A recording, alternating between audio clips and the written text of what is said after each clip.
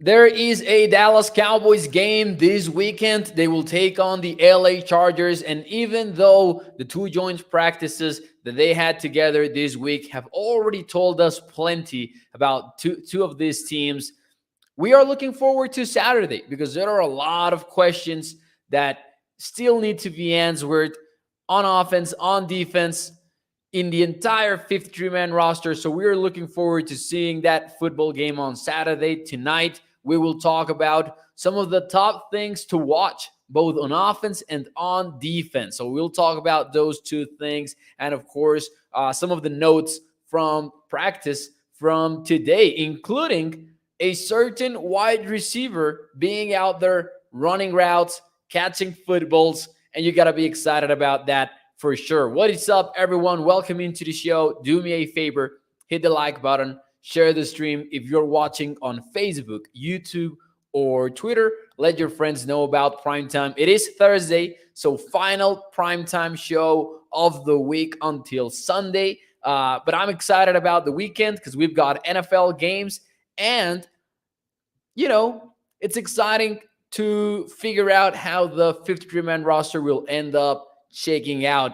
5 new cuts to be made next Tuesday, so stay tuned for that because we will surely break that down next week. But hey, let's get it. Let's see some of your comments. Let me shout out some people here before we begin officially. I got to shout out Corey here because these kind of comments always make my days. Corey says, I love when you come on. You're the best. Oh, man, Corey, thank you, man. Tell me something good about our Cowboys.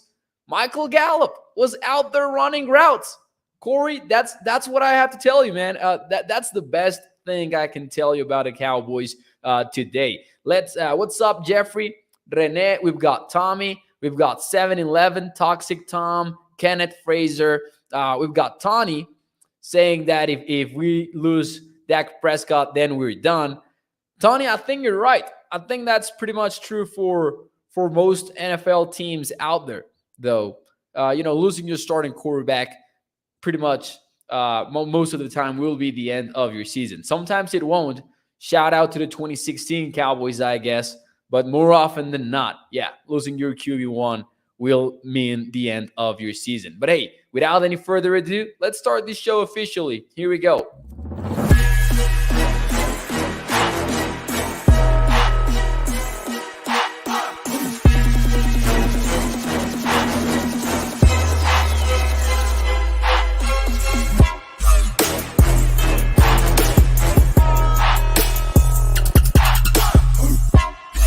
What is up, everyone, and welcome into ADZ Sports Dallas Primetime. I am your host, Mauricio Rodriguez, streaming with you live every Sunday through Thursday night at 8 p.m. Central here on Dallas On Demand Sports Talk Network. For more Cowboys content throughout the season, make sure you check out adzsports.com/Dallas. But this show, Primetime, is brought to you by our friends over at freemanmazda.net. We will talk more about them and the ride of the week in a few moments here on the show. But tonight, a lot to talk about.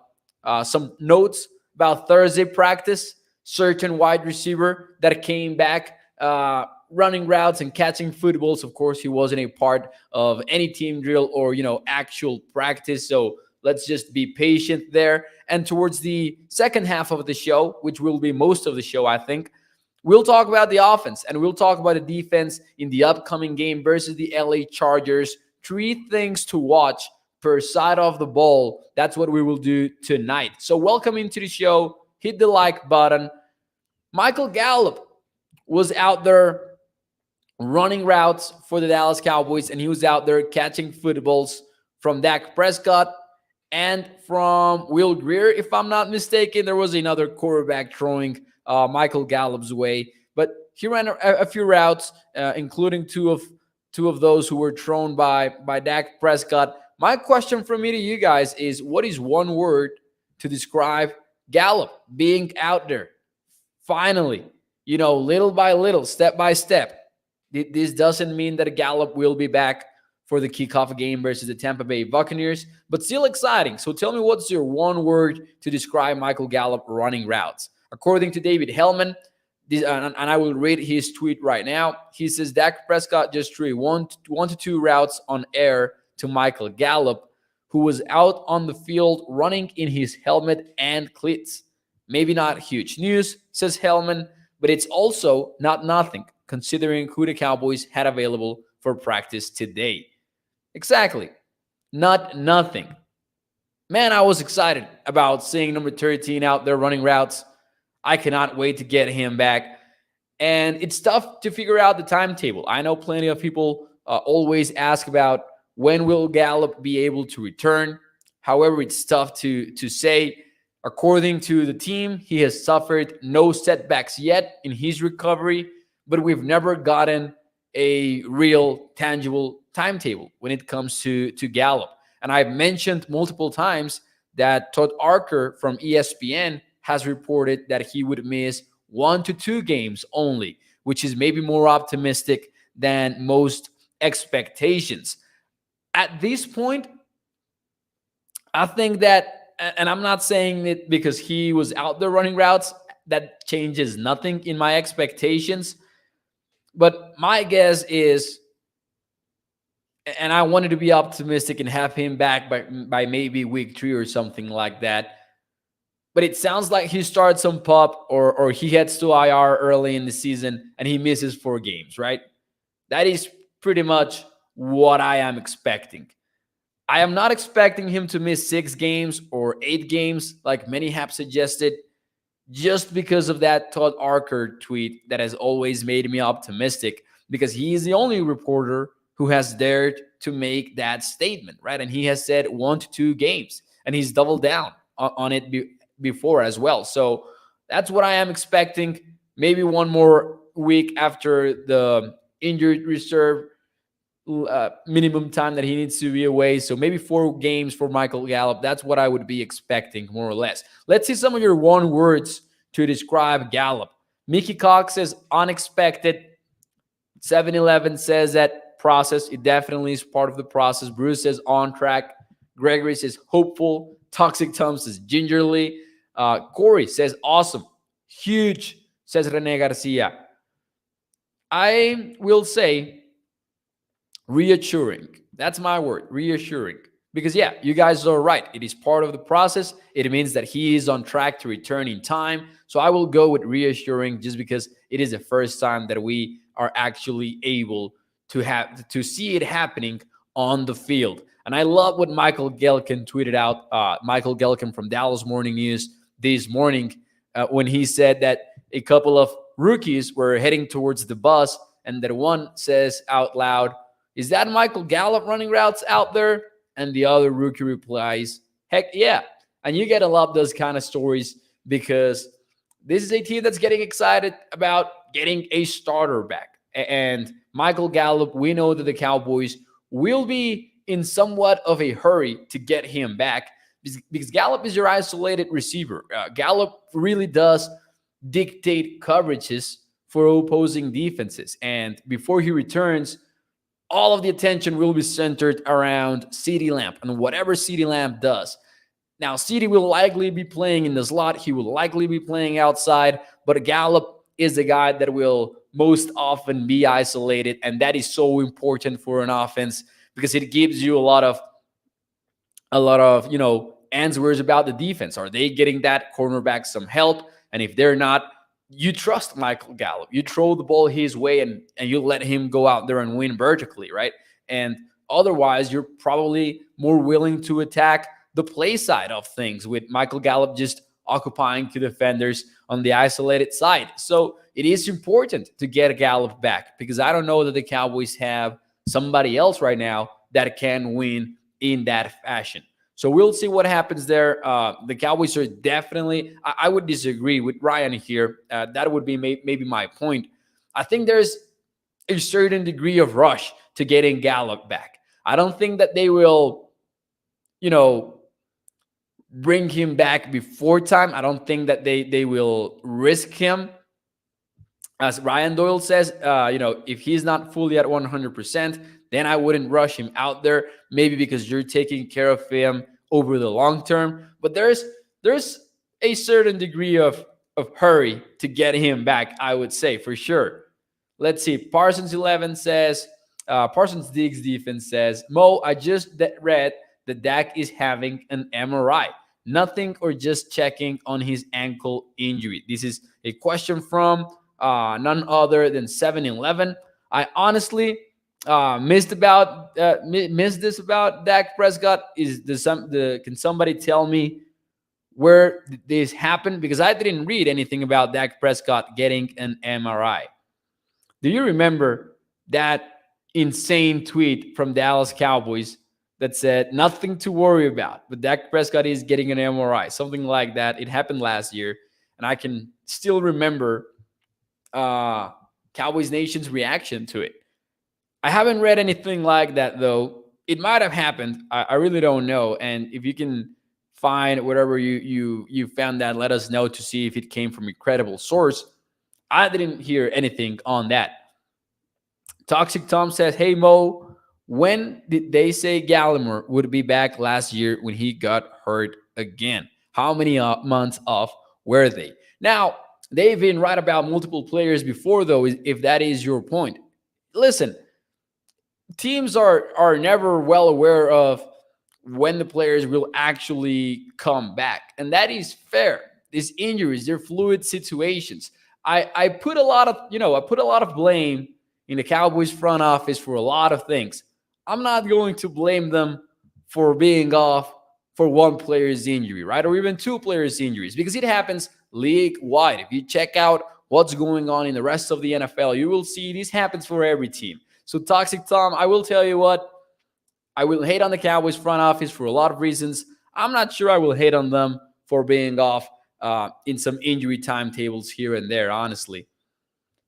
Let's see. Nicholas says, feel good about that practice. The Chargers are very stout on both sides of the ball. They might have one of the best rosters in the entire NFL. I agree with Nicholas here. And I see some of your comments regarding DaRon Bland. How about we dive into some of those notes? Because Thursday practice was a pretty positive one, especially towards the end for the Cowboys. You had Michael Gallup out there, but also some of the stuff that happened on Thursday. We saw Tony Pollard get the most work he's had to this moment at wide receiver. And we're talking about being legitimately lined up at wide receiver. So not only running routes from the backfield, we saw a play that, in my opinion, he needs to catch, by the way, in he's running kind of this over route. So this crossing route, which is 10 to 15 yards deep, maybe. We saw him get those solid reps. There was one particular instance in which Ezekiel Elliott was in the backfield. Tony Pollard was lined up wide. So there are some who have been covering the Cowboys in Oxnard close up, like Michael Gelkin, that say that this is not lip service for the Cowboys, that this is legit. So they might be right, man. The Cowboys might be seriously planning to use Tony Pollard the way that the Cowboys Nation has wanted them to for a long time. They might actually do it this year. Because we have become kind of cynical, as Cowboys followers, because we don't believe a lot of the stuff that they tell us anymore, because we've been down this road before, right? But it does sound like it might be a little bit different this year. Now, granted, there was no CeeDee Lamb, there was no Noah Brown, and there was no, of course, Michael Gallup, James Washington. So you also want to hit a little bit of pause in that hype, because maybe this was the most work Pollard has gotten, because you could argue that 4 of the 5 top wide receivers, if you include Gallup, if you include James Washington, were not even available for the Cowboys, right? So that could also be it. But Tony Pollard did get a ton of work there. Dennis Houston had himself a strong practice as well. Highlight of the day for the undrafted rookie came at the end of practice when Dak Prescott looked for him in the end zone in a Hail Mary pass, and Dennis Houston was able to track the football, jump to go and get it, and then he came down with the ball. So Dennis Houston big play from him towards the end of practice. And you already know it, Deron Bland, the guy who's in everyone's mind right now, the guy who has appeared in just about every Cowboys conversation that you can find in the interview, in the internet, excuse me. It doesn't matter if it is a podcast, if it is a live stream show, if it is a thread on Twitter. People are talking about Deron Bland, and for good reasons. He had three he had three PBUs today. There was one interception as well. So the the day 3 draft pick was out there turning heads for Cowboys fans. So there you go, Deron Bland, a winner once more from practice. We'll see how he does on Saturday when the Cowboys take on the LA Chargers. But Bland has become so exciting to watch. Everyone is looking to see what happens with him. Let's see some of your comments here. 7-Eleven says Bland had a pick as well today. Yeah, I don't know if it was 3 PBUs and the interception or if it was 2 PBUs plus the interception. But yeah, Bland had himself a pick. Toxic Tom says, y'all remembered last year when Maurice Kennedy picked off Stafford at joint practice and people said he would replace Anthony Brown. Yeah, I remember having this conversation, man. I remember that it got to a point in which assuming that Anthony Brown was making the roster was borderline a bold prediction. And that might be an exaggeration, but yeah, Cowboys fans were desperate to get rid of Anthony Brown last year. And then combine that with a week 1 performance in which Tom Brady was clearly targeting number 30.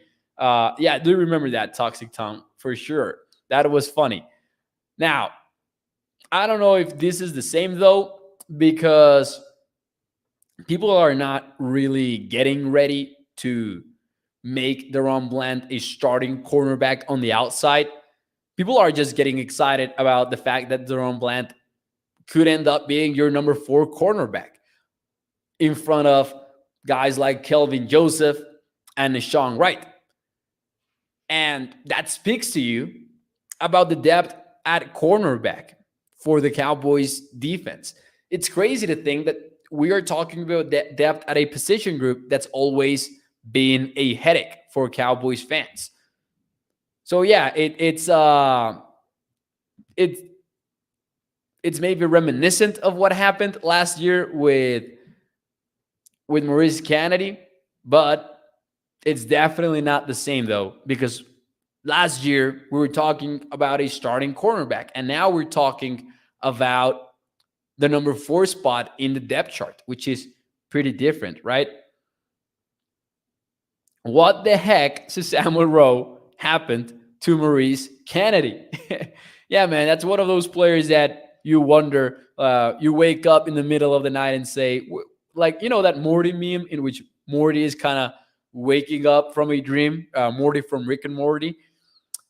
And then you ask yourself, what the heck happened to Maurice Kennedy? But yeah, he opted out. And yeah, he's no longer with the Dallas Cowboys. You guys are right about that. Chris Graham says he missed a whole year, didn't he? He did. That's crazy, right? That happened the year before, though.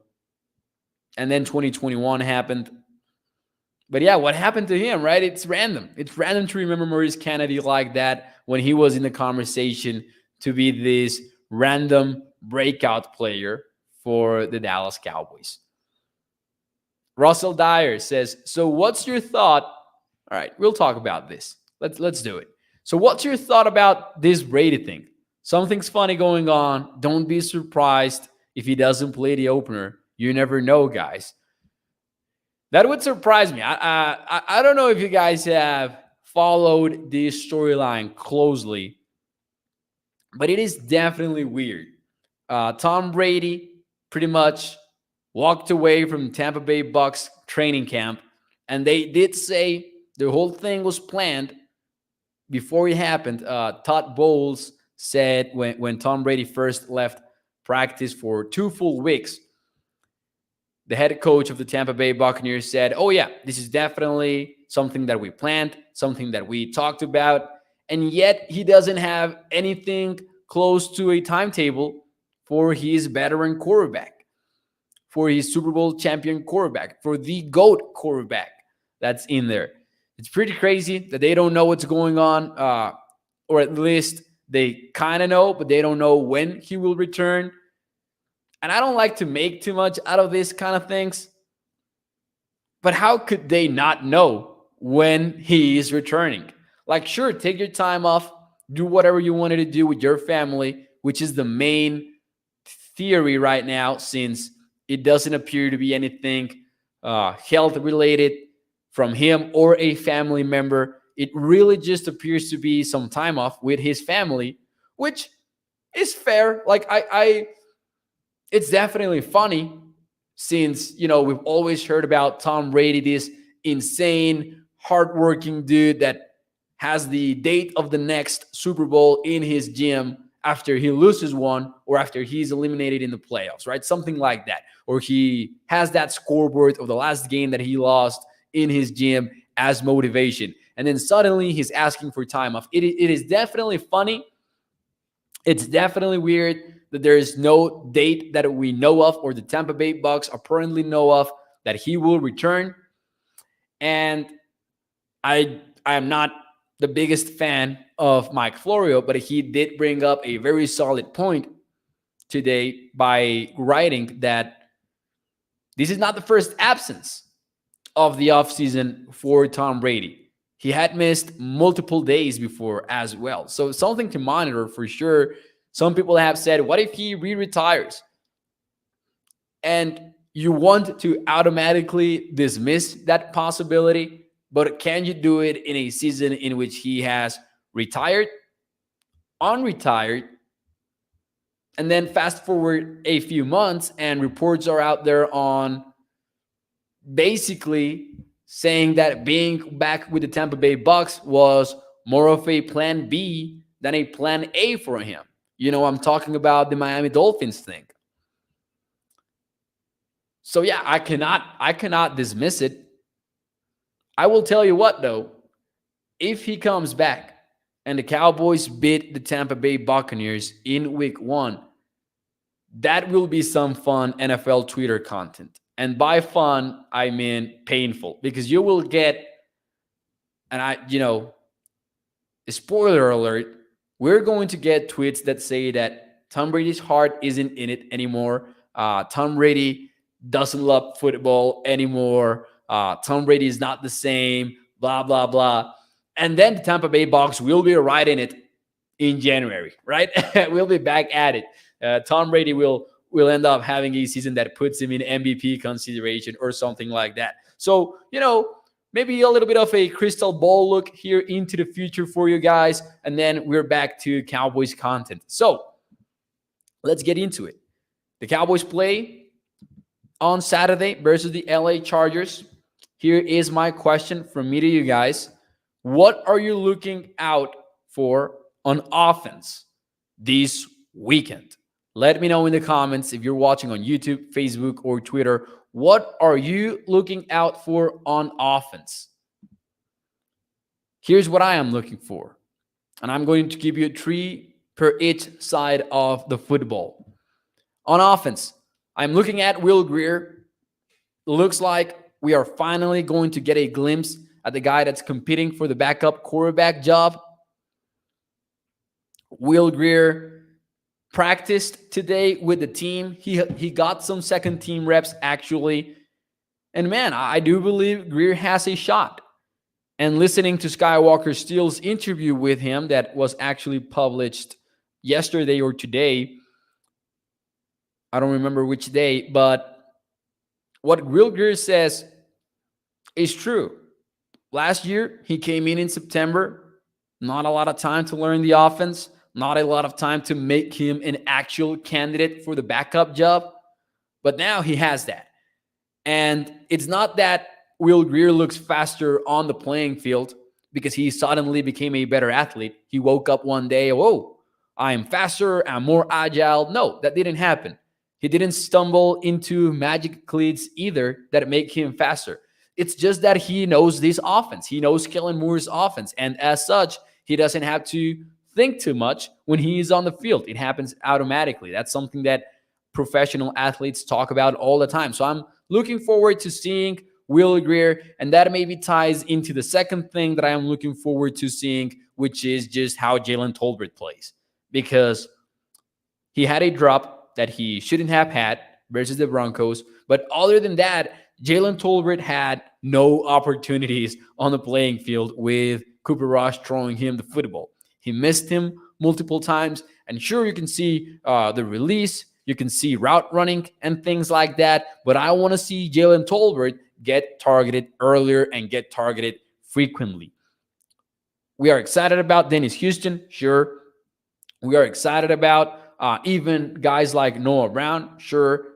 But what we are most looking forward to seeing is the third-round rookie, the guy that we hope for him to become a starter throughout the season. So who, and before I get to my final one, what are you looking out for on offense? We've got penalties from F55. We've got Rene saying Will Greer getting playing time. Nicholas says Turpin and how they use him. I like this one, Nicholas. This is a good one.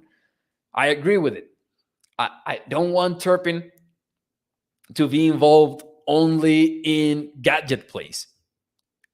I'm hoping you guys saw that clip in which he makes this insane grab on the sidelines from Cooper Rush's throw. Where Pollard will be, says Joey Vela. Do you think we will see Tony Pollard? Interesting. I'm not sure who we'll see on Saturday, by the way. Tolbert, Houston, and Turpin, says Mickey Cox. 7-Eleven says better offensive line play. Who else? Bruce wants to see consistency. Toxic Tom wants to see offensive line, receivers, line, quarterback, says Jeffrey Miller. He wants to see all of it.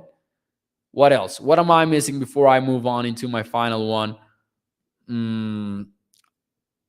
Let's see. Someone mentioned penalties, I think.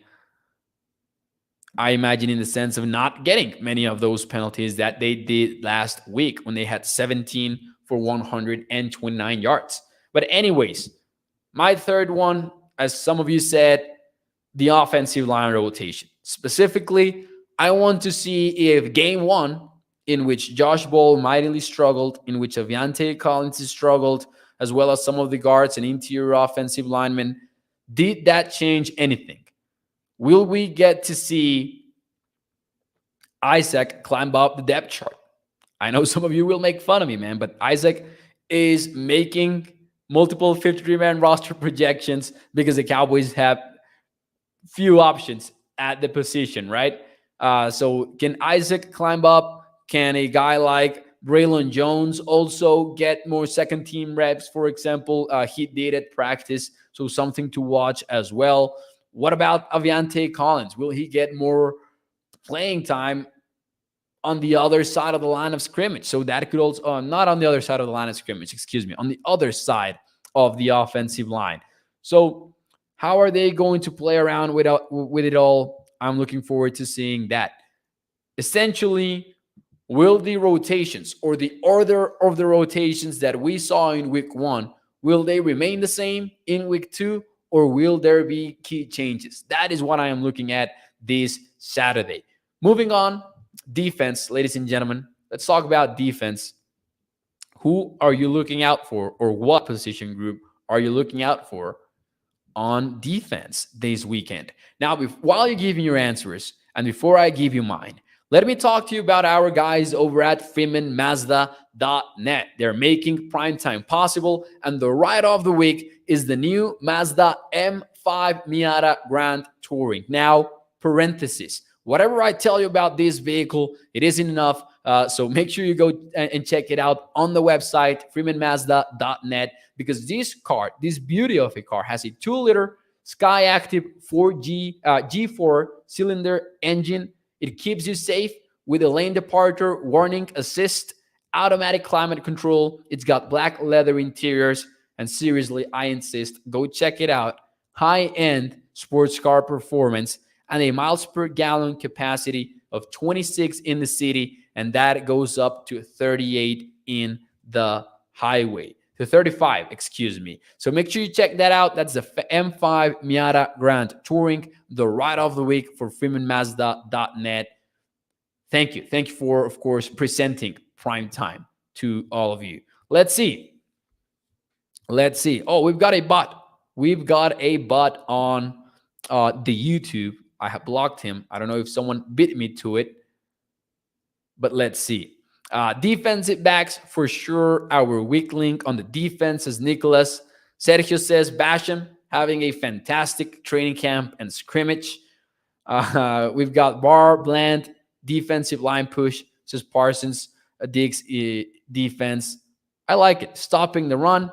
Killed us last year, says Jeffrey. Defensive lineman, man, they've been having a good season, a good training camp, and a good preseason as well so far. Here are my 3 things to watch for on defense. Number 1, I've got the depth at corner. Of course, we want to see Deron Bland, but I want to see specifically who gets the most snaps at nickel. You know, Jordan Lewis dealing with a hamstring injury. The Cowboys hope he is ready to go in week 1, but maybe they play it safe, and maybe they want to see whoever is trending towards being the number 4 guy at cornerback. Maybe they want to see him at the position that they are most likely to need him early in the season. So who's going to get the majority of those reps on the inside? I am looking forward to seeing that. I am looking forward to seeing, every trend possible at cornerback. We're not likely to see Trevon Diggs. We're not likely to see Anthony Brown. So I am guessing we will get plenty of reps from each of these guys. But I am looking specifically at that nickel position. I want to see Sam Williams, maybe pay him a little bit more attention than I did last week. Brian Baldinger had this great film breakdown on Sam Williams in which he pointed out how many moves Sam Williams actually used in game 1. He used a lot of techniques out there to get to the quarterback. And the Cowboys rushed him from the right side, from the left side. They rushed him against offensive guards. So Williams did a lot in game 1. And I want to see more from that this time around. And I want to see how he fares. And Story Jackson. He had himself a game. He's still in that roster bubble. His path to the 5th degree is far from being easy. So I want to see how he does in game 2. And maybe he can make a statement that makes it even more difficult to project the Cowboys 53-man roster. 7-Eleven says Story Jackson. That's my pet cat, Mo. Yeah, man, that's 7-Eleven's pet cat. I will confess that. Let's see. Story Jackson had a good day, says Iceberg. I didn't know he can run and cover like this. He is quite athletic. The Liberty linebacker could carve out a spot on the 53-man roster. No defensive line and stopping the run, says Joey Bella. Man, I love how people just like to speculate on whatever it is that I drive. Interior defensive line will be the reason we beat Tampa with or without Thomas Brady, says Rene Garcia. There you go. There you go. Well, guys, I hope that you have a tremendous weekend. I hope that you enjoy it. Have a fun Thursday night. Have a fun game day experience on Saturday. And I will see you on Sunday, 8 p.m. Central, to break down whatever happens on the playing field on Saturday night. My only wish is that we don't have to break down any major injury or anything like that. That's always the wish on the preseason portion and, of course, the regular season portion of things as well. But you guys know what I mean. Make sure you check out adcsports.com/Dallas. We've got new Cowboys articles out there every single day of the week. And, of course, thank you to Freeman Mazda for sponsoring ADC Sports Dallas Primetime. I will see you on Sunday night. Have a good weekend. Thank you for tuning in. Do me a favor. Hit the like button. Share the stream. I have a lot of fun with you guys. So if you enjoy it, make sure you hit the like button.